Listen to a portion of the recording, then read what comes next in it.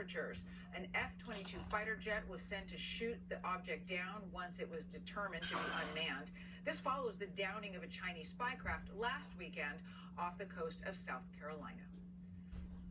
For more on the fallout from the high-altitude object shot down over Alaska, as well as the latest developments in the Chinese spy craft investigation, joining me now in studio is retired Lieutenant General Keith Kellogg. General, welcome. Good to be here.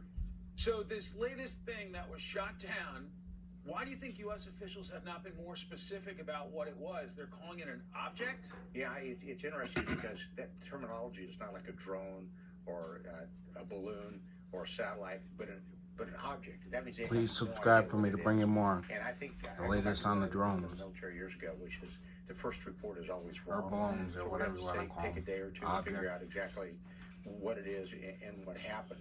But I think when you look at it, we have to make an assumption. And the assumption I'd make right now is, okay, this is from China.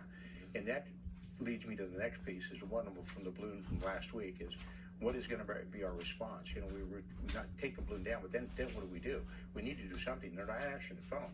You know, Lloyd Austin tried to call him, SecDef tried to call him on the phone the other day, and they didn't pick up the phone at all.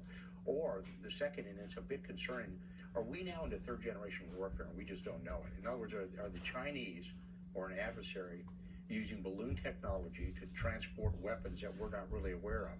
And we're really behind on that. And we need to figure out exactly what's going on.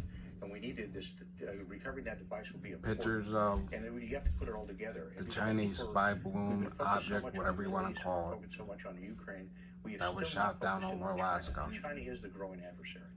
From your expert eye, how are the two shoot downs different? The one yesterday versus the one a week ago Saturday when we were on the air together.